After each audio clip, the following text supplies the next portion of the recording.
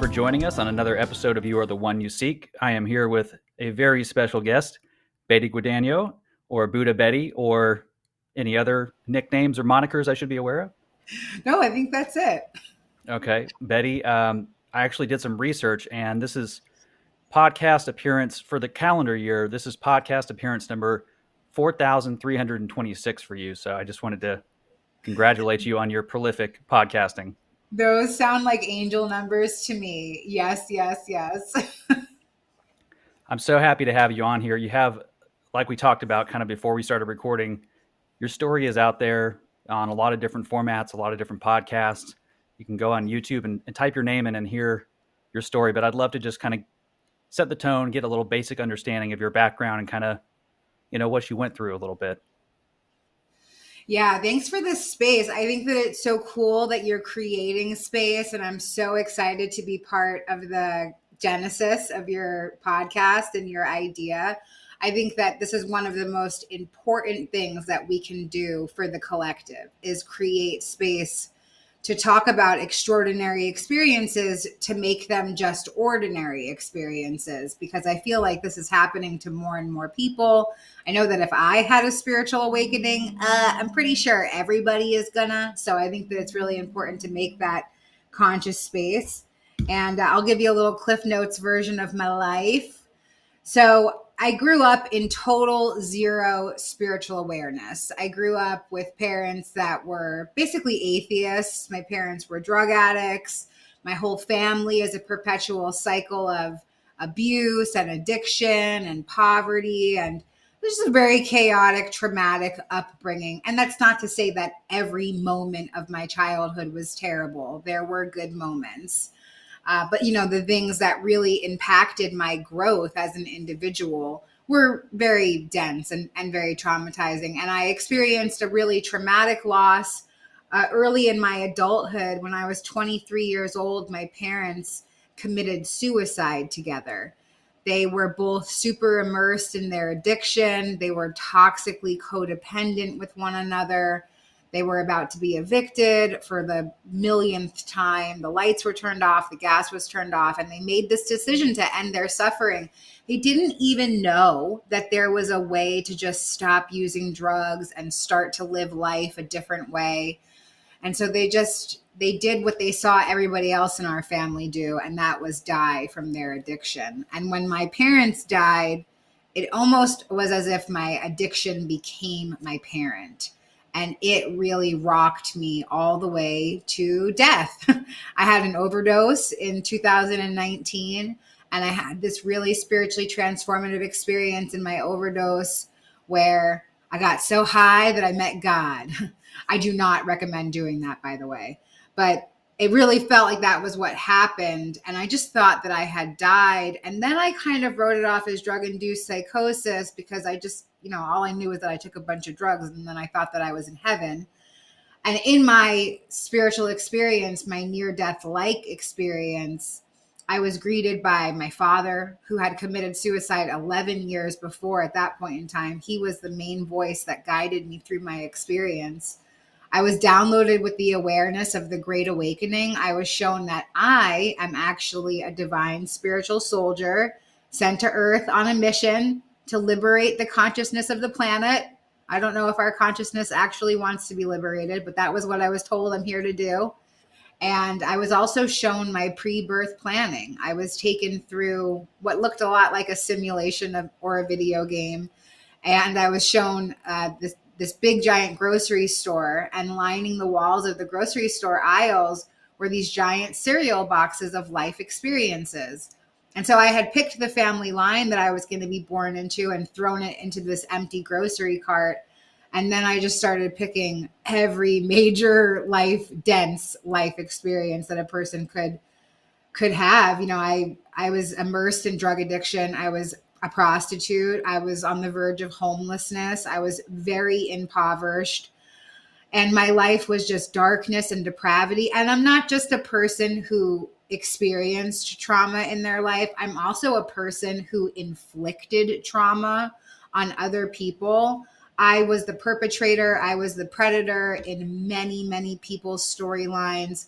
And in my pre-birth planning process, I saw the moment that myself and the other soul came into contract with each other to play these roles in each other's lives.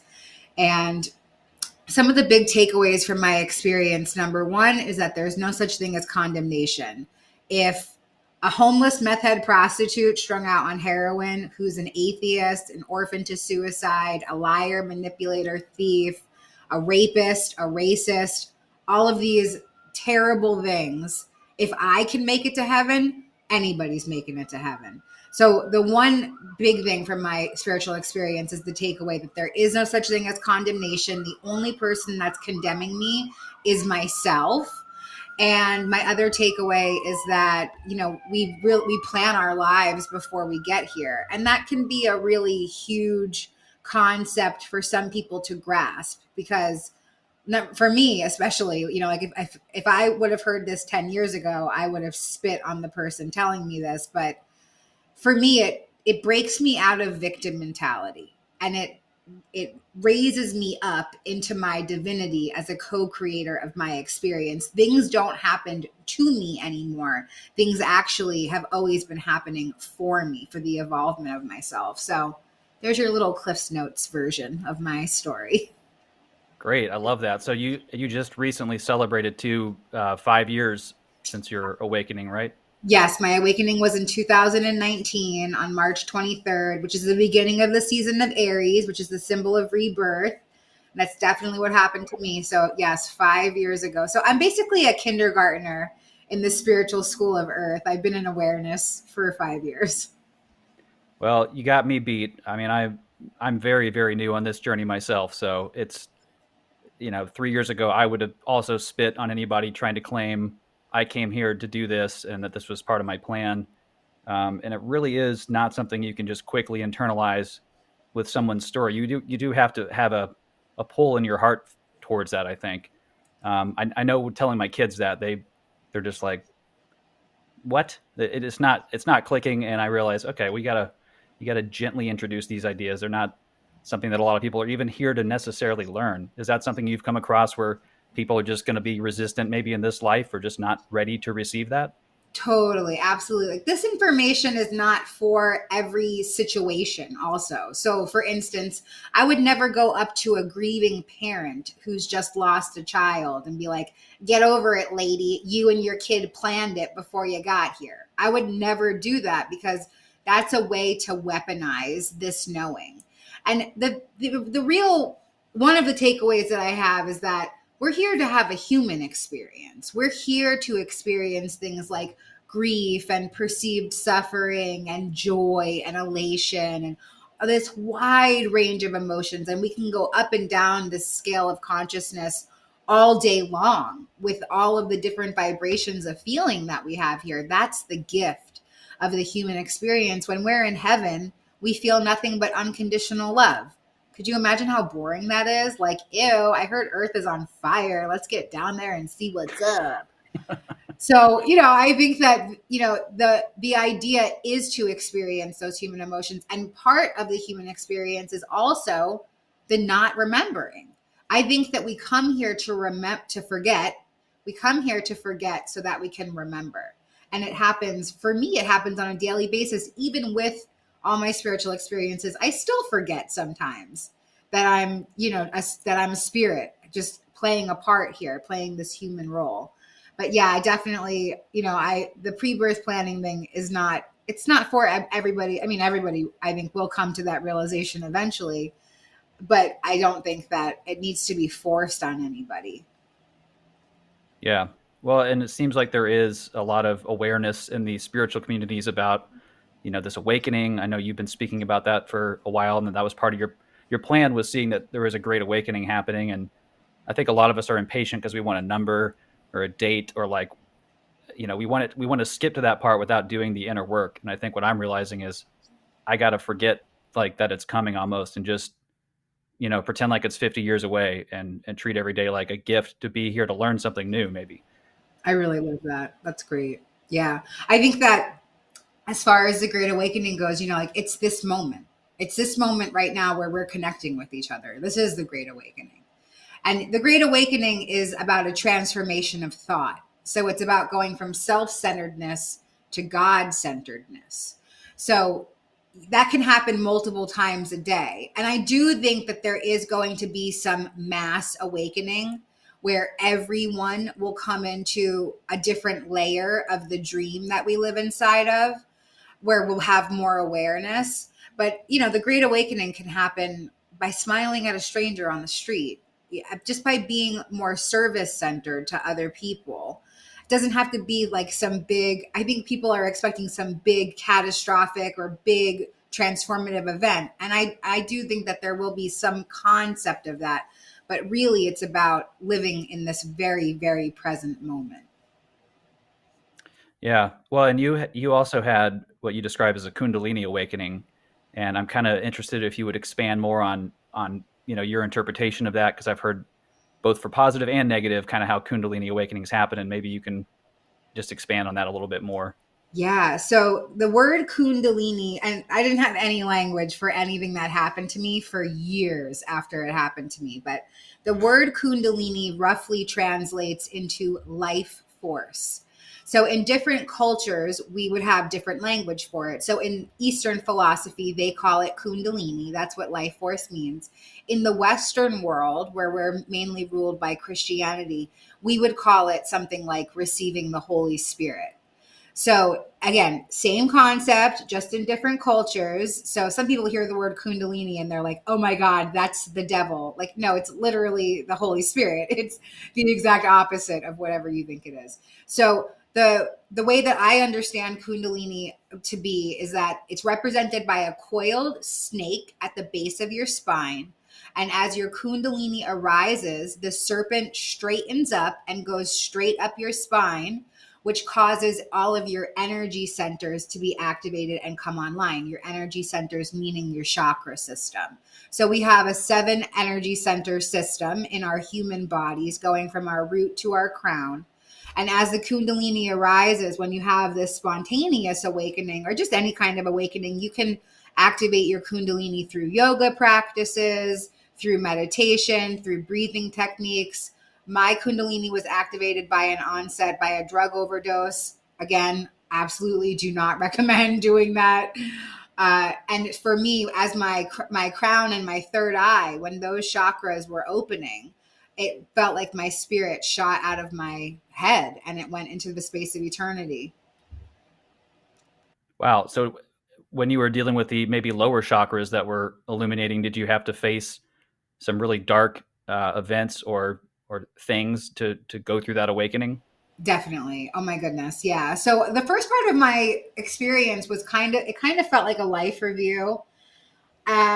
And this is only language that I've just recently started using because I've never really been able to conceptualize it, but it almost felt like a scene in the movie The Giver, which I know is a book, but it's also a movie. And in that movie, it's like this huge flash of information. You're basically downloaded with all of the memories of Earth. And that's what it felt like was happening for me.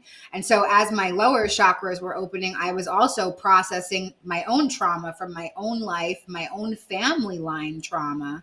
So I experienced my parents' suicide from their perspective and my perspective. And I felt that deep ocean of anguish and despair of being suicidal or like getting ready to complete suicide. It was so overwhelming. It felt like I was drowning in cement. It was just so overwhelming. And then it transformed into this perceiving of every tragedy, every trauma that could ever happen on earth. And it was so dark. And then again, as the energy was going up and down, it would go from like a joyful, elated emotion, like a mother giving birth to her baby, and then back down to the root where it would be a mother, her child dying. And it just kept going up and down. And man, it was so intense. And that download of, basically all of infinity, it came sort of as I was asking this question of, well, why does Earth exist? And everything was happening simultaneously all at the exact same moment. But it was, yeah, just a super dense experience. And I'm so grateful that I'm able to articulate it into words today, because when it first happened to me, I couldn't even string a sentence together around it. Yeah, I was going to say, how long did that take to kind of come out of the trauma and the fog of all that to a place where you were starting to feel okay about it, or feel like you could move forward, and maybe you were clear on what your calling or your plan was? Yeah, it took me a while. I mean, at first, I just thought that I died. So I just kept like walking around affirming to people, man, we're dead. Did you know that we're dead? I know that we're dead. Did you know? And people were like, girl, you're not dead. You're literally talking to me. And I'm like, yeah, you don't know. You don't know what it means, but we are. We're dead. And I couldn't conceptualize what happened to me because I had never heard of a near-death experience. I didn't know what spiritual awakening was. After my spiritual experience, my world really started to crumble. I mean, it was already in shambles. I was like a homeless crackhead, but it got even deeper into shambles. And I found myself through divine signs and synchronicities ushered into a long-term rehab. So my integration period was spent in a long-term rehab that I stayed in for a year and a half. And I just started reading every sacred text, every spiritual book that I could get my hands on. I didn't have access to my cell phone or the internet for a year and a half. So I had to read books to get information, which felt very archaic. But I learned a lot, and they would let us go to the library once a week. And there was this little section on spirituality and religion. And I would just grab all the books that I could carry home and I would read. That's all that I would do. So I had this great opportunity to educate myself because I had never used my mind before. Again, because like the life of a drug addict prostitute doesn't really involve educating yourself. Not for me anyway, it didn't. And yeah, through that process, I was able to start to like write my story down over and over and over again. Began to find things that when I read in certain scriptures, it was going through my lens of perception. And so I was able to equate it to the spiritual experience, where maybe somebody who hasn't had that experience wouldn't perceive those writings to be that way. But it was really helpful for me. And I even manifested a wonderful meditation teacher into my life. This man came from a local Buddhist temple to volunteer his time at the rehab. He had never done that before. The rehab had never heard of this temple before, but this man just magically showed up, and everything that I would ask him, he would affirm about the illusion that we live inside of. He was like, "Don't say that you're dead. That's not the right language. You're inside of a dream. You're dreaming." And so that language was a lot easier. And yeah, it took me time, but by the time that I left treatment, I was ready to start sharing my experience. I found these sharing groups with the International Association for Near-Death Studies, and just like an open sharing group of a community of people who have had experiences or who are interested in experiences. And I started practicing sharing there. And then after a couple of months, I felt like I had a comprehensive story to tell. And so I started doing that. And I just, yeah, came right out of the spiritual closet. I was never hiding about my spiritual experience. How did that impact people in your life, at the time, that were sort of used to you being one way, and then they see this massive shift? Or was it kind of Yeah. transitioning out of your friendships too? Oh yeah, I didn't have any friendships. I was like a real drug addict, okay? Like nobody wanted to be around me. It wasn't always like that. My progression of my dis-ease of addiction went from being the fun party girl and oh my God, like I always have what everybody wants, to then just being a problem. Like I was the problem. Like nobody wanted to be around me because I was irrational and crazy and chaotic, and nothing was more important than drugs. So I didn't have a lot of people in my life. I had burned a lot of bridges with my family as well. They were just kind of waiting for me to die. They had seen how bad my addiction had gotten. So they had to step away from me to protect themselves. But once my awakening happened, and I didn't even tell anybody that I was going into rehab. I just went, and then after a couple of months, I finally started making phone calls to people that cared about me. I'm like, hey, I'm just in rehab. I'm not in a gutter somewhere. But I think that I'm grateful for that, honestly. I'm grateful that I didn't have any people in my life, because I think that it made my transition a lot easier. Even some of the my family members, they might not understand what I'm talking about, and that's okay. That they don't have to. This is something that makes my life beautiful and dreamlike. And if it's just for me, it's just for me. But I've met a lot of really amazing people who are interested in spiritual growth and evolvement. And so I have a chosen family today. And I found the members of my soul family today as well. So that really helps me on my journey. Awesome. Yeah. Well, what were some of the books that stuck out to you the most, or some of the spiritual teachings that you were combing over in rehab? Love that. Yes. So, I read every sacred text, and oddly, and I think it's a kind of oddly enough, but the Quran really rang true. Some aspects of it, some of the stories in it really rang true. The New Testament in the Bible also, I really enjoyed reading that.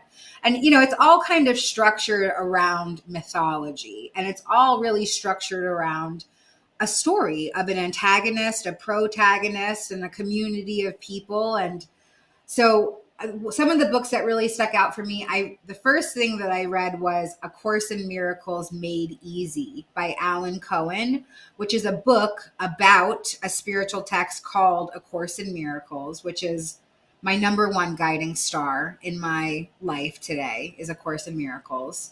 And A Course in Miracles is a channeled message from Jesus, from Yeshua Christ, to us. Jesus didn't leave us with the mistranslated words of the Bible for the last 2,000 years. He came back through the mind of a militant atheist psychotherapist from New York in the 70s. And this woman channeled this book. She was like born Jewish and a militant atheist. And she started hearing a voice that said that it was Jesus. And she just started writing down what the voice was saying. And when you read A Course in Miracles, you can tell that it's not written from a human mind. There's no way that it could be. So that book was really helpful for me. It took me a very long time to get through it. It's basically like a Bible. So just like sitting down, casually reading the Bible day by day. It took me years to get through it. I think it took me around 18 months to read the whole thing.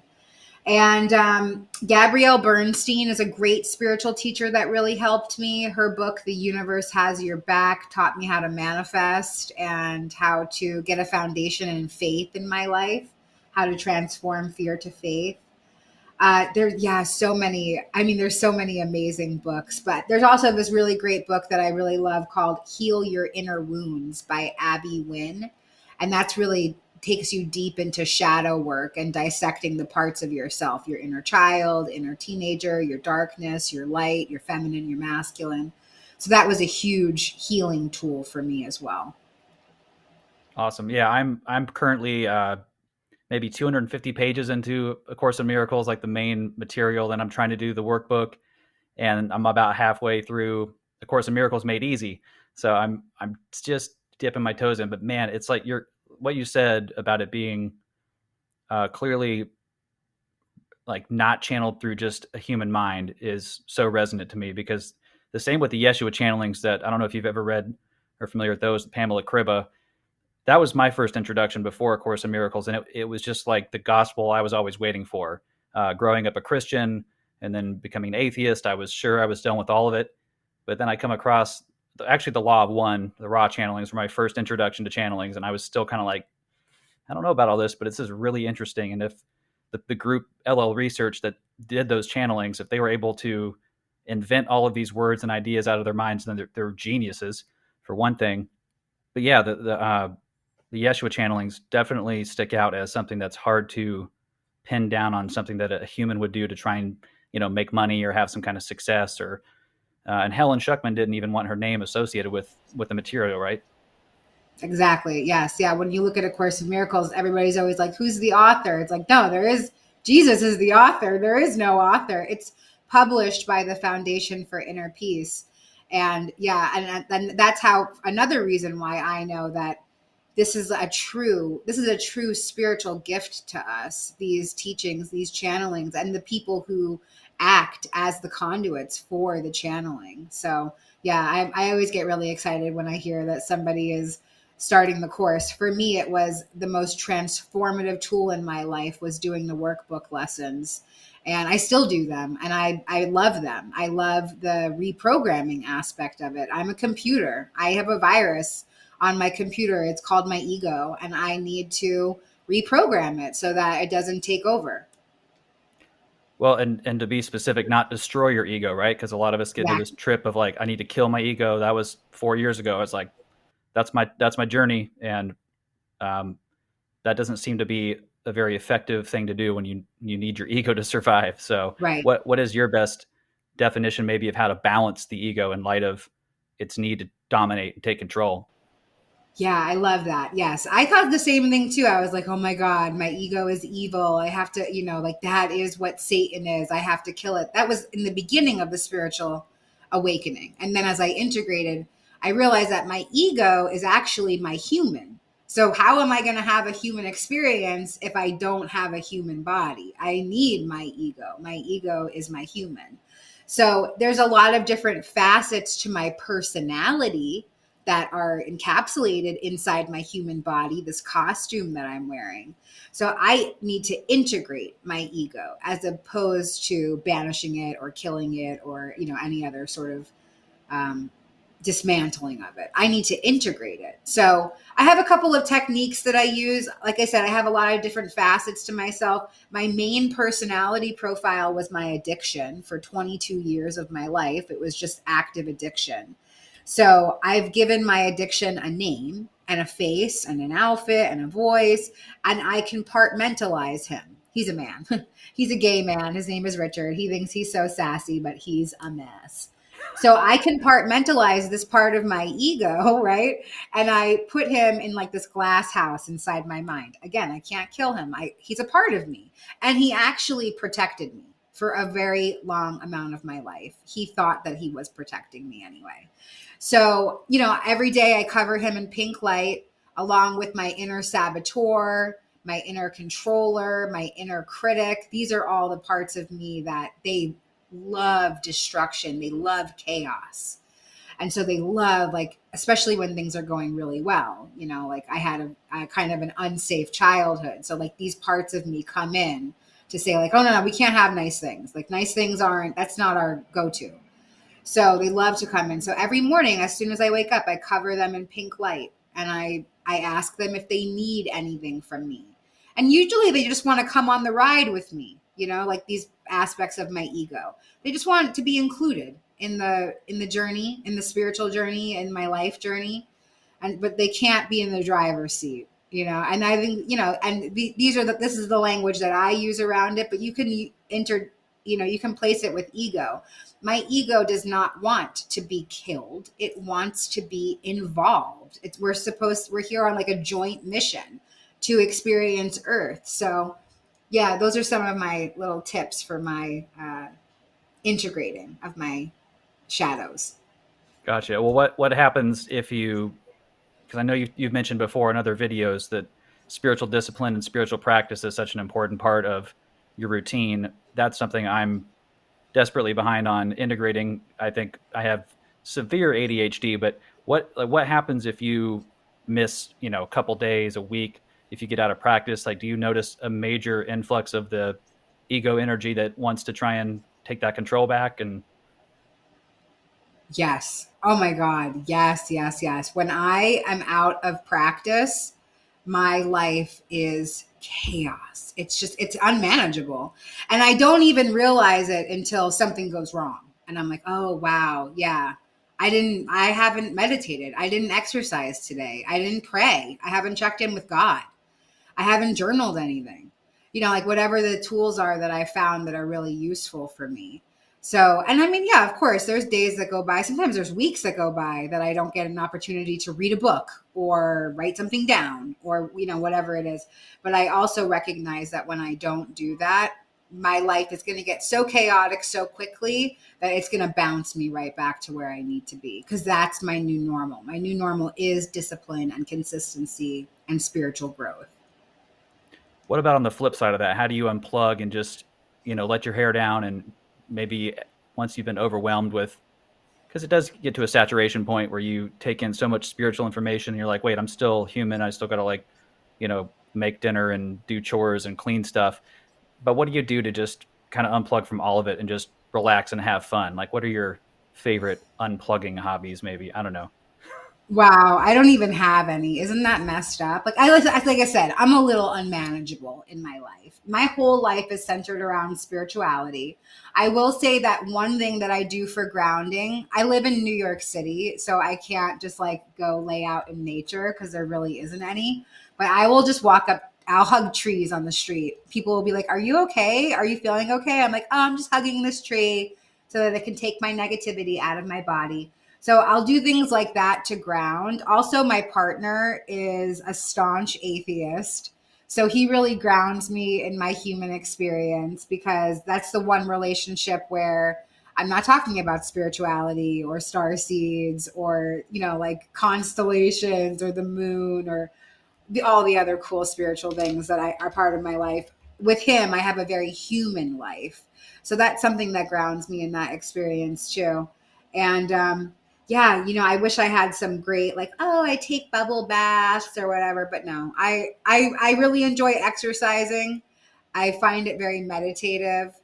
And I really enjoy connecting with other people. And I really do like that feels like the best gift for me in a day is just to connect with others.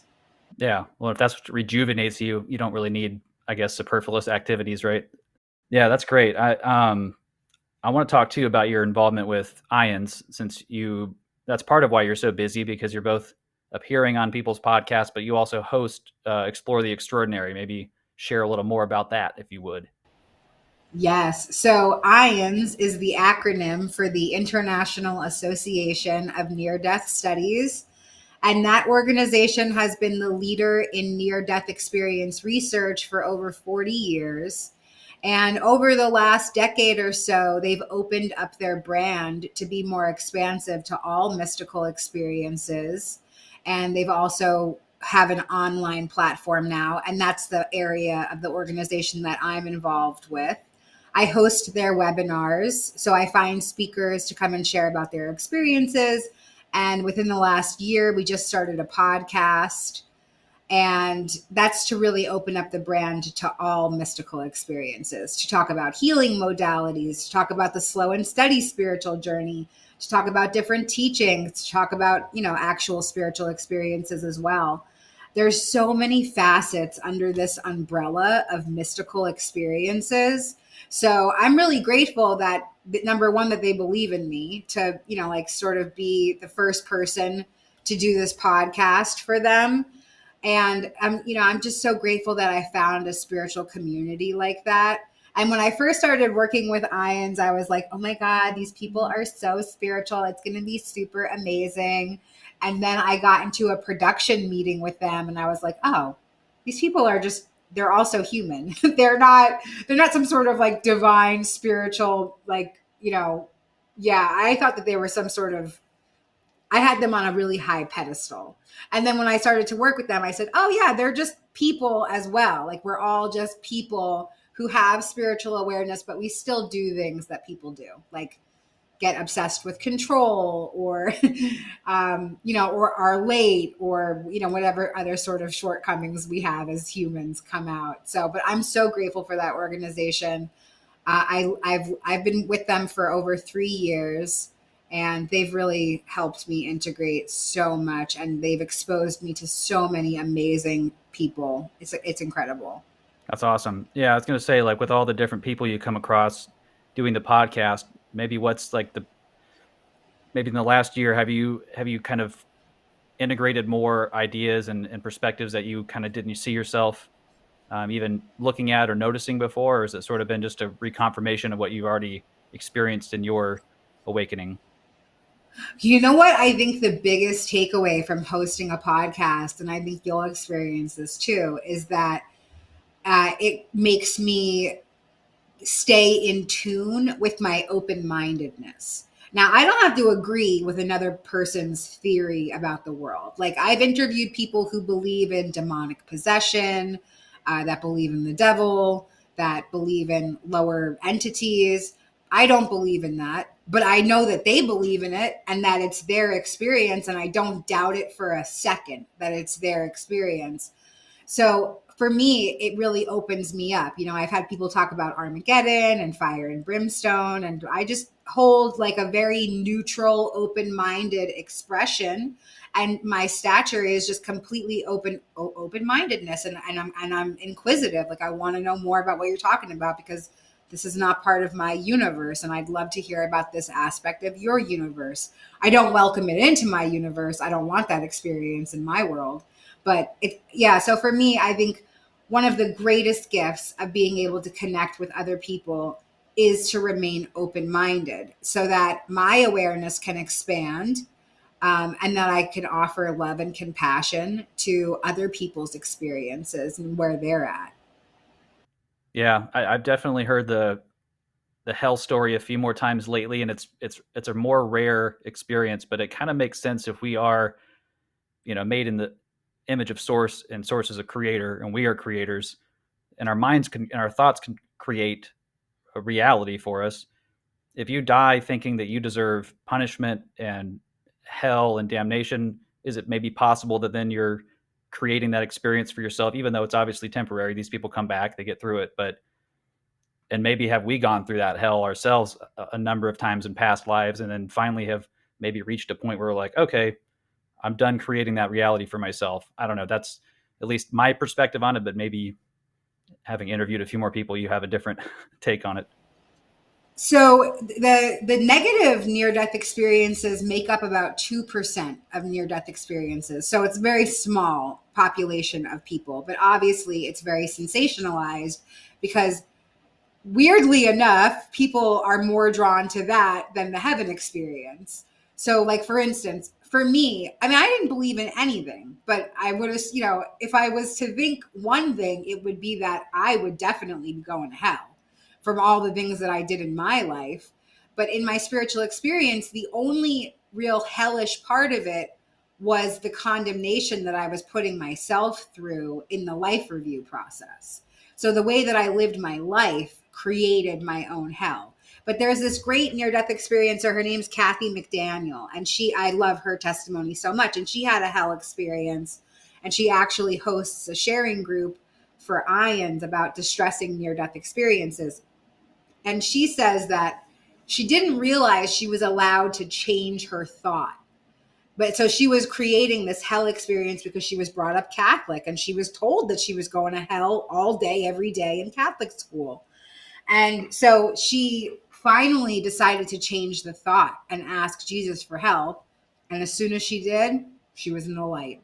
So, I really think that the way that I continue on my human life, every moment is like a life review for me here today. I don't have to wait until I die to worry about if I did a good job with life or what is my experience going to be like. I could check in at the end of the day and say, man, I wish I didn't talk to that girl that way, or I wish I would have been kinder to my boyfriend today, or I don't have to wait until I leave form to have that review. I can do it every day. I can do it throughout the day. So I think that it's so strange to me how many people are discomforted by the fact that I say there's no such thing as condemnation, and people are like, you're wrong. I'm like, wouldn't you like to hear that there's no such thing as condemnation? Doesn't that make you feel better? But that closed-mindedness and not being open to a different idea, and I get it, like when you're taught something your whole life by people that you love, you're not just going to turn your back on your belief system, but does your belief system serve you? Yeah. Well, it does seem like our fear centers that's actually something in the Yeshua channelings that stuck out to me. Was Yeshua talks about our origins here and how essentially the way I read it was non-human intelligence of some sort interfered with the human being, sort of created it out of the primate, but enlarged the fear centers and made us more controllable through, I guess, through enlarging that ego. And so I'm wondering how much with this great awakening that's happening, that will be just like a dramatic shift away from that. And to me, at least, it answers why we get so drawn into why we're clicking on the near-death experiences where people go to hell versus, like you're saying, where they go to heaven, because it's just so ingrained in us to expect punishment, attack, We see that in everything. I don't really know what the question was in there other than that. I guess it makes more sense to me if I look at it like, well, we aren't these bodies. These are just vessels, and they're compromised. They weren't made perfect. They were made with a lot of flaws, and that's the whole way we grow. Am I heading anywhere that makes sense? Yes, yes, absolutely. I love this thought process. Yeah, I think one of the big realizations that I have come to is that, well, so, I believe in the simulation theory. I believe that there's multiple realities, infinite realities happening simultaneously, all at the exact same moment. And I think that the inside the game that we're in, the actual architecture of our bodies and the world around us, that is the big boss of the video game. Like, that is the antagonist of this journey. So, everything is designed to make us fearful. Like, we believe in death, we believe in disease. So we have to be fearful of our bodies. We have no idea what's going on inside of them, but they're working somehow. Like, have you ever sat and just thought about the fact that, like, your heart is pumping and your lungs are breathing, but you're not consciously making that happen, but a whole system is just working without you? The world around us, especially when it comes to programming or like social media or the news or whatever, everything is made to make us fearful. And people, myself included, like, I'm not excluding myself from this, are addicted to chaos. We are addicted to insanity. And in A Course in Miracles, it teaches us that this is a tiny mad idea that spiraled out. It is just a dream, but the dream itself is so big. So I don't even know if I'm going down the same thought pattern that you were going down, but for me, like, there is nothing to fear. I had a major transformation from fear to faith, and I just accepted it as my new reality. Okay, now I live in faith, and my life is so different. It's so much freer. And I only have to focus on my part of the dream. So the same way that when I go to sleep and I'm dreaming, I don't know what's going on in the whole universe of my dream world. I'm only focusing on what's happening in my dream. And so I do the same thing in this waking dream. I am not concerned about what's going on in the outer reality of the dream because it's none of my business. This is my business, my life right here, connecting with you in this moment. Like, this is all that matters to my soul right now. And I'm not saying that I'm not compassionate to the fact that there's perceived suffering going on in the world and that there's war and hunger and all these things. I know that it exists. I don't need to focus on it to know that it exists. So I just keep doing the next right thing in this little, like in my little dream. And somehow it ripples out and it makes big waves of change in other people's lives. If I can impact one person to transform their fear thought system to faith, then I've done a great service to humanity. And so I don't think that we are talking about the same thing anymore, but thank you for letting me share. No, that was perfect. It's all in the same frequency and topic of fear and how it sort of navigates us. Speaking of that, you had mentioned before a couple of your favorite movies that kind of describe are a good parallel for this experience. Maybe for the person who's really not tracking, this isn't making any sense, what would you recommend as like a good framework movie-wise to try and interpret all of this? Definitely. Yeah. So that was how in the awakening, everything came to me. Again, I had never really read a book, so there wasn't too much that they could go on based on that. So they showed me everything in movies that I had seen. And every movie that you've ever seen in your life, you've seen it for a reason. If it sticks out to you very vividly, if you have favorite movies, they are your favorite movies for a reason. Maybe they resonate with a past life or a future life, or it's actually part of the code of the system that we live in. So one of the movies that came into my awareness and my awakening was Inception.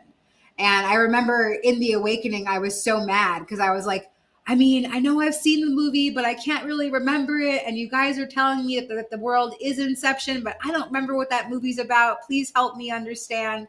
They also showed me The Matrix.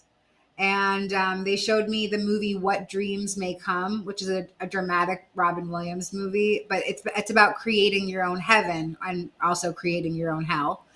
And they also showed me a movie called Risk Cutters, A Love Story, which is a movie about suicide and overdoses. And it's a really funny, well-made movie. And they also broke out this, it's like a rock opera that I was really into listening to. And I never really understood why I liked listening to it, because I never even understood what the premise of it was until my awakening. And then it all kind of clicked together. But there's a rock opera called Razia's Shadow, and it's an interpretation of creation and the fall of creation as well. And so those things all came into my awareness. So I would say, like, if you don't want to read a book, because like who has time for it, and you want to just kind of get a scope of what we're talking about, Inception, I think, has a lot of parallels to A Course in Miracles. Obviously, it's like an action movie and it's got other undertones to it, but I really believe that that's, you know, where that awareness comes from, is from a near-death experience or a great spiritual text or something. And The Matrix, you know, again, it's an action movie, so like it kind of takes away, but the premise behind the movie, the plot of it, has a lot to do with what our reality is as well. I guess the good news is with the Matrix, parallel to our reality, at least when we wake up in the real world, it's not going to suck super bad, because that was the only thing I was thinking.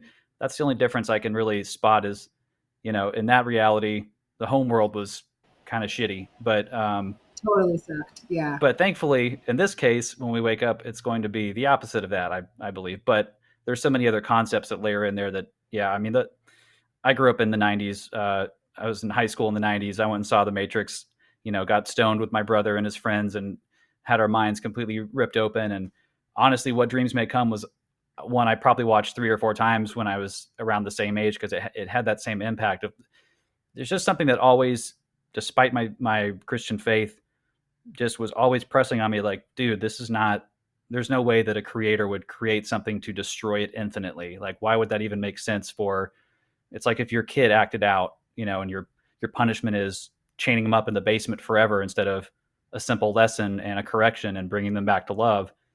So I'm just, I cried for maybe 6 months straight when I kind of was at the beginning of this awakening, because it was just such a relief to finally feel that, oh, that was real. That feeling inside me was the spirit trying to communicate to me the whole time, like, you're on the right track, just trust in that. But we're in the Matrix, so we're constantly being confused and bombarded with fear and anger. And yeah, I'm like the poster child for victimhood and doom scrolling, and Downer David is definitely a nickname that may have stuck a few times. So a recovering doomer, it's a tough place to be, but I'm so thankful just to like come across people like you and so many others who have just had these stories that are so inspiring and transformational that it really does put it in new perspective, and, you know, give you so much to cling to for hope. But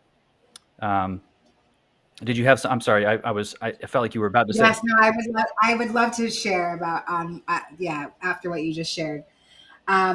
You know, the thing, I just rewatched The Matrix, like in celebration of my 5-year anniversary of my awakening. And it's not exactly like The Matrix, like you said, like we're not going to wake up to some like gross, dirty ship in the future. It's going to be much different, which I think is why Inception is also a part of it. In Inception, they do these kicks to wake up from the dream. And if you die in the dream, what happens? You wake up to the next layer, right? Like you go back to real reality, quote unquote. So that's what death is for us here. Right now, we're inside of a dream. When we die inside of the dream, which we all will, then we wake up to real reality. And that reality is home, is heaven. So, and then, you know, and then we're like, hey, give me another sleeping pill. I'd love to go back into that dream world and go see what's next. But as far as the Matrix goes, you know, like it, you know, and that has like a very dark undertone, because it, you know, it's saying that like the machines are feeding on our energy and all of this. And like, I don't believe any of that. I do know lots of people who talk about theories like that, but I don't believe that at all, because it wasn't my experience. But also, the Matrix is based off of Plato's allegory of the cave. So this has been a concept that's been in rotation in philosophy for thousands of years. And I think that that's something really important to, consider as well, is that, how could philosophers in ancient, in Greek and Roman mythology times have the same concept that's coming out now? And it's because it's a collective string of thought that people are diving into. Like I came into this awareness myself before ever like seeing that movie. I mean, I knew what the Matrix was, obviously, but there's also these movies that are these huge box office hits, right? Like the best-selling movies of all time, like Avatar. Avatar is one of the best-selling movies of all time because it's a deep spiritual truth.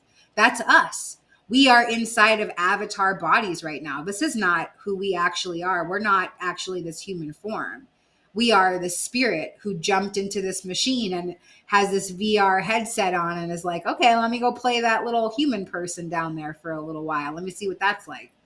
So, I think and, movies like Harry Potter, beloved by billions of people, right? People are still obsessed with Harry Potter 25 years after it's been in rotation. Why? Because that's our true nature, is magic, that we are infinite, that we can cast spells and manifest instantly, and that we teach each other. And it's about school, right? And it's about community and camaraderie.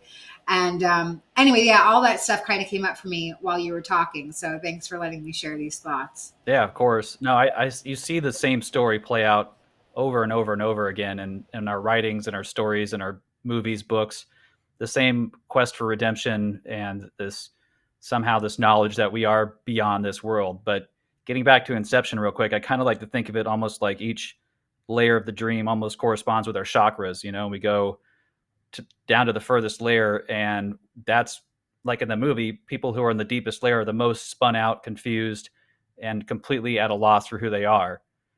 And as they kick back up the layers, I kind of see that as that's how we tune into those higher frequencies as we go through the realms, I guess, of this reality we've created. But to me, Inception works on multiple levels, kind of as enlightening. But that to me was kind of one that stuck out more recently as I was thinking about it. Does that resonate in any way with you or make any sense? Oh my God, I'm writing it down. I'm going to steal this and like make a video about it. Yes. I totally love that. And you know what? You even said something before that I've never thought about either, that as the energy of the Kundalini was going up and down, like was the lower chakras the dense emotions? And it was, and I've never really put that together either, that it was going up and down and I was experiencing trauma in the lower, and as it was rising I was going into joy and heaven. So that's an amazing realization. I totally love that.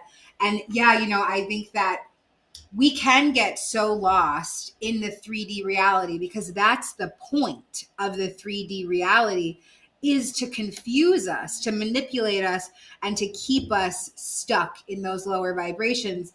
And, I see it a lot in what I do with work. Like I'm a spiritual coach, but I'm also a recovery coach. I work at a clinic in Harlem, New York, for a day job.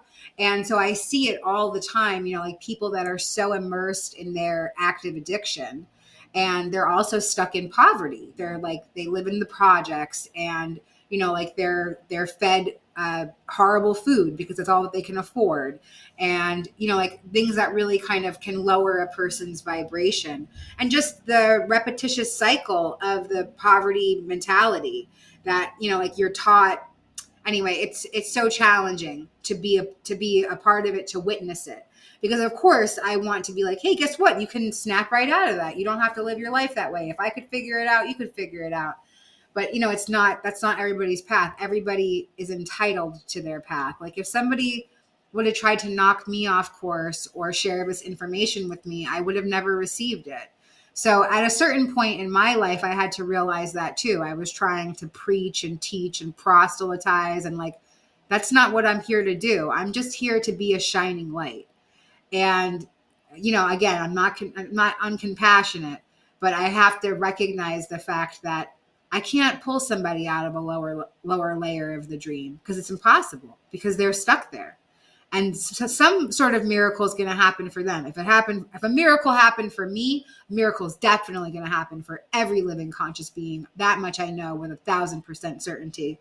So yeah, I love your realizations. Those are, yeah, super deep. I love it. Thanks. Well, yeah, I mean, you're right. I think that A Course in Miracles really defines that so well to me with the atonement, that we're all heading there. We're all at our different paces, but every error in thought, which is not sin or judgment or condemnation, it's just error in thought, is basically eliminated. But we keep all of the good stuff, all of the spirit filled moments are still preserved and distilled down into this.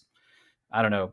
I can't conceptualize what that even feels or looks like, but it sounds pretty freaking incredible to be able to, take out all the sting and just keep all of the richness of our experiences and to take that back home so that we're not stuck back, I guess, in a stagnant embryonic state of consciousness. We're now able to create these whole new realities out of all these experiences we've had, or at least that's kind of what my theory is it's leading towards, but I have zero firsthand experience, so I don't know.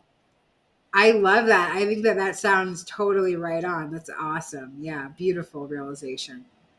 Sweet. Well, at least I'm on the right track, I hope. But I do have to work on the proselytizing part, because I did come from youth group and Christianity, and I despise doing like the street preaching and stuff they'd make us do sometimes. But there is that clearly a push in me to want to.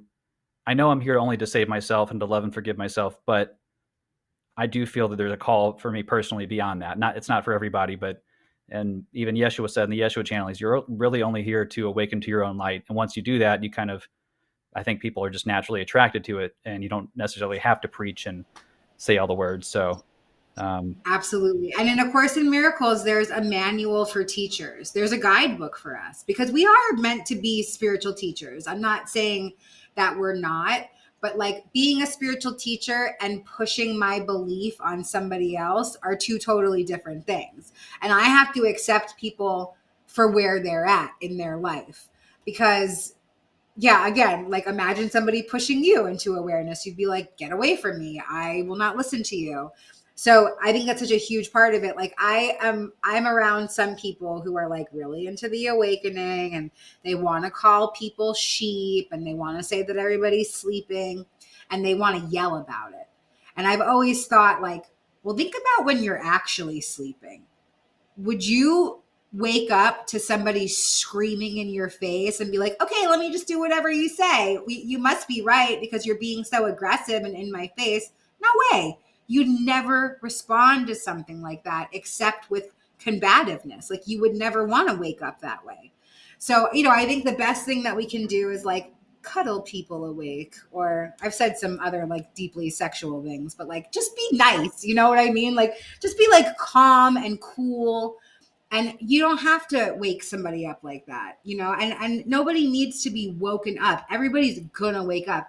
And I think that for me in the beginning, I was so into this savior complex. I mean, I literally thought that I was the second coming of Christ. I was like, all right, guys, redemption's here. Here we go. Like rapture's on its way. I really thought that it was me.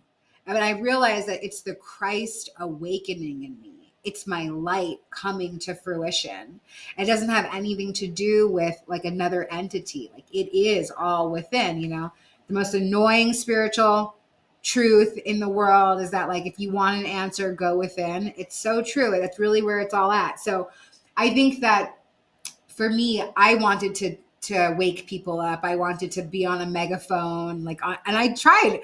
I was on the New York City subway system proselytizing and yelling in people's faces and saying like, McDonald's is poison, don't eat it. It was like totally insane.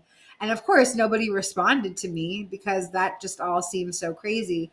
So maybe there's a better way. And I think the internet is this great tool, creating a podcast. The people that are meant to hear what you have to say are going to find their way to you.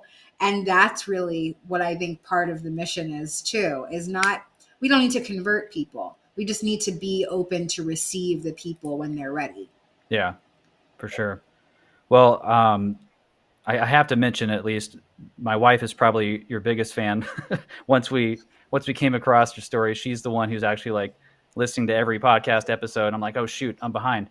So I have to shout her out. But yeah, just I know your time is precious, and I thank you so much for giving it to me. But before we go, please share like everywhere we can find you on socials, online, anywhere.